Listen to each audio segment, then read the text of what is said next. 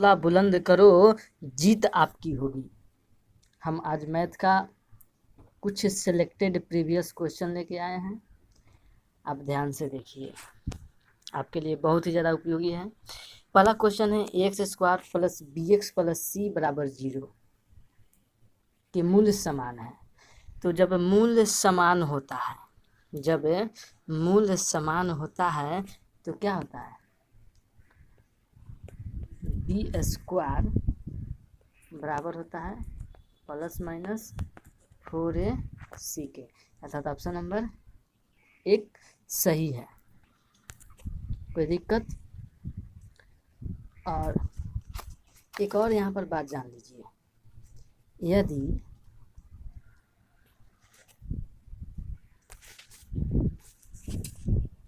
यह जो x square plus b plus c है, अर्थात यह जो मूल है बी स्क्वायर बराबर प्लस माइनस 4ac, इसको डी से सूचित किया जाता है। यदि यह जो डी है छोटा होगा 0 से, तब यह अवास्तविक हो जाता है। क्या हो जाता है? नॉट रियल होता है। नॉट रियल यानी अवास्तविक हो जाता है। हम अब क्वेश्चन नंबर 2 देखते हैं। क्वेश्चन नंबर 2 दिया कि एक्स स्क्वायर पर 3x प्लस 12 बराबर 0, तो x का मान निम्नलिखित में से क्या होगा या कौन सा होगा। चूंकि यहाँ पर आप क्या देख रहे हैं कि x square plus 3x plus b, अर्थात यहाँ पर ए क्या है, ए बराबर 1 दिया, बी बराबर 3 और सी बराबर 12। और यहाँ से जब आप सोल्व करेंगे डी का वैल्यू, तो डी का मान आएगा छोटा 0 से, अर्थात नेगेटिव मान आएगा। तो यह क्या होगा, वास्तविक नहीं है, अर्थात ऑप्शन नंबर डी आंसर हो जाएगा। वास्तविक नहीं है, वास्तविक नहीं है। क्वेश्चन नंबर 3 कहा कि एक वृत्त की परिमाप एवं क्षेत्रफल बराबर हो तो वृत्त की त्रिज्या क्या होगी। तो सबसे पहले वृत्त का परिमाप, वृत्त का परिमाप उसकी परिधि को बताता है। तो वृत्त की परिधि 2πr बराबर है इसके क्षेत्रफल के πr² के। तो पाई से पाई कैंसिल हो गया, आर से एक आर खत्म हो गया, अर्थात आर का मान क्या आ गया, 2 आ गया। आर का मान 2 आ गया, तो हमारा आंसर क्या हो जाएगा, ऑप्शन नंबर क।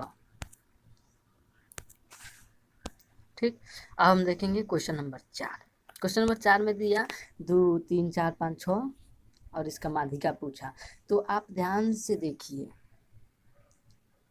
ये जो सारे संख्या एक क्रम में, 2 के बाद 3, 3 के बाद 4, 4 के बाद 5 और 5 के बाद 6, तो ऐसे संख्याओं का जो माध्यिका होता है वह बीच वाला टर्म हो जाता है। संख्या को गिनिए, 2 4 5 और ऑड है तो 2 इधर छांट दीजिए और 2 इधर, बीच में क्या बच गया, 4, अर्थात 4 हमारा क्या हो जाएगा, आंसर हो जाएगा। 4 हमारा आंसर हो जाएगा, 4 हमारा आंसर हो जाएगा। क्वेश्चन 5, वृत्त की सबसे बड़ी जीवा क्या होती है। तो यह हमारा एक सर्कल हो गया और यह वृत्त का केंद्र हो गया, यह वृत्त का केंद्र हो गया। तो यह भी जीवा है, यह भी जीवा है, यह भी जीवा है, यह भी जीवा है, यह भी जीवा है, यह भी जीवा है, यह भी। तो सबसे बड़ी जो जीवा है क्या है, वह ये जो केंद्र से होकर गुजरती है, जो केंद्र से होकर गुजरती है उसको व्यास कहते हैं। क्या कहते हैं, व्यास। तो हमारा आंसर क्या हो जाएगा, व्यास हो जाएगा।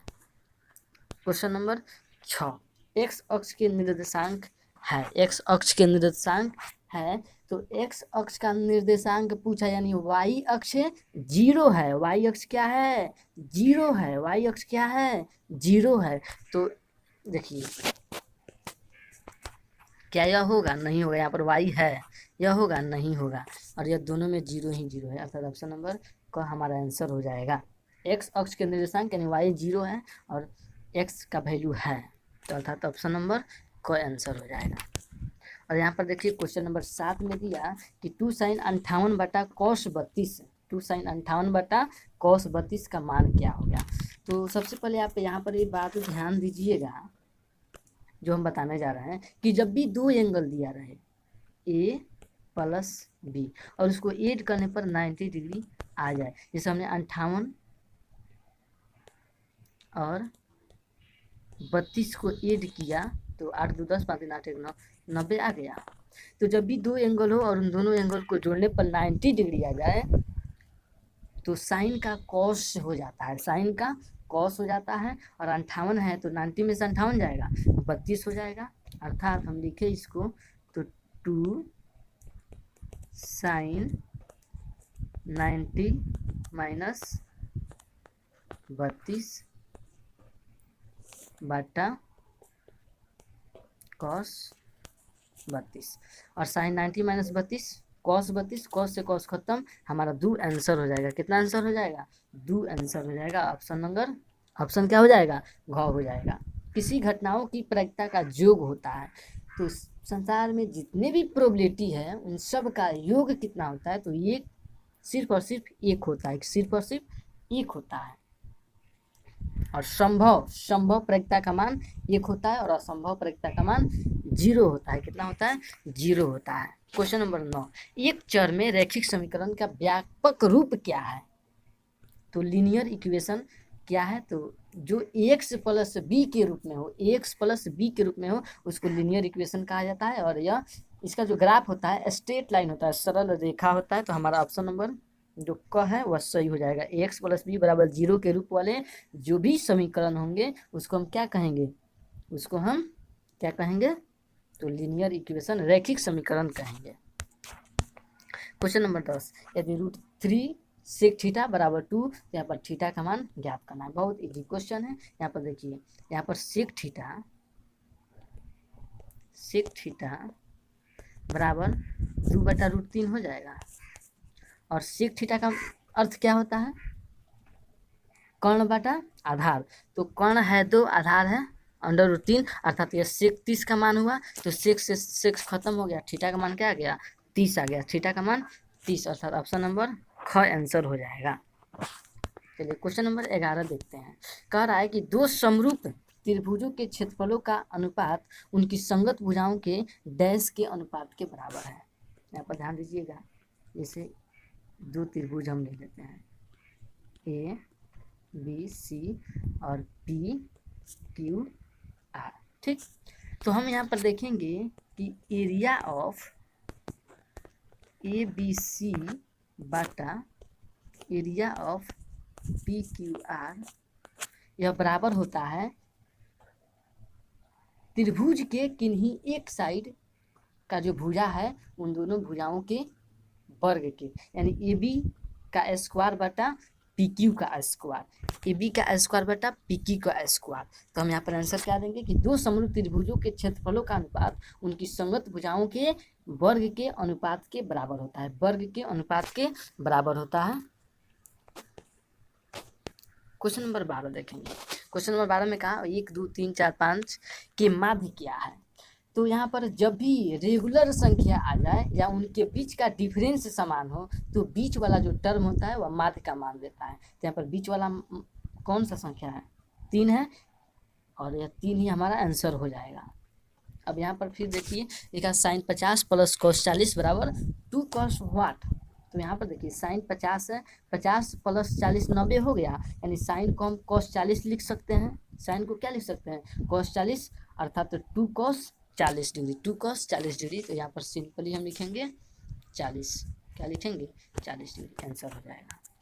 क्वेश्चन नंबर 14, tan 90 माइनस, यहाँ पर थीटा छूटा हुआ है, tan 90 minus theta, tan 90 minus theta क्या होगा? तो tan 90 माइनस थीटा क्या होता है? tan 90 minus theta, tan 90 minus theta, तो tan 90 माइनस थीटा क्या होगा? cot theta. क्या होगा? cot theta, cot theta, cot theta हो जाएगा। क्वेश्चन नंबर 15 कहा कि किसी वृत्त की स्पर्श रेखा डैश बिंदु पर स्पर्श करती है। तो यह देखिए, यह हमारा एक सर्कल हो गया और हमने बाहर से, हमेशा स्पर्श रेखा बाहर से खींचा जाता है, तो हमने 2 स्पर्श रेखा खींच दिया। तो स्पर्श रेखा सर्कल के किसी एक बिंदु पर मिल रही है, सर्कल के किसी एक बिंदु पर मिल रही है।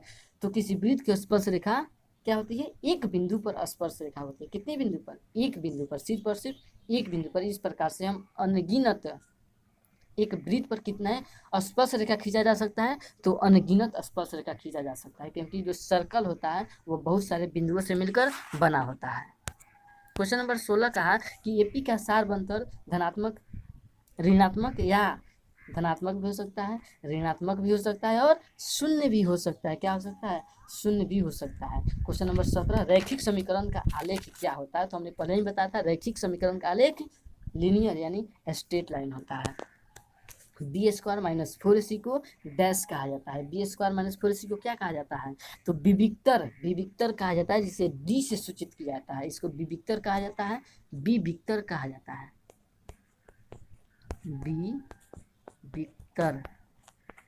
जिसे डी से सूचित किया जाता है, जिसे डी से सूचित किया जाता है। वह समीकरण जिसका कोई हल ना हो, वह समीकरण जिसका कोई हल ना हो असंगत कहलाता है, असंगत कहलाता है। क्या कहलाता है? असंगत। और अर्धगोले का संपूर्ण पृष्ठ क्षेत्रफल क्या होता है? तो अर्धगोला, यहाँ पर देखिए, यह गोला हो गया और यह अर्धगोला हो गया, ठीक, और यह गोला है। तो गोला का संपूर्ण पृष्ठीय क्षेत्रफल 4 पाई आर स्क्वायर, जबकि अर्धगोला का संपूर्ण पृष्ठीय क्षेत्रफल 3 पाई आर स्क्वायर और अर्धगोला का पृष्ठीय क्षेत्रफल 2 पाई आर स्क्वायर होता है। जबकि गोला में संपूर्ण पृष्ठीय क्षेत्रफल और पार्श्व पृष्ठीय क्षेत्रफल दोनों समान होता है, 4 पाई आर स्क्वायर के बराबर होता है।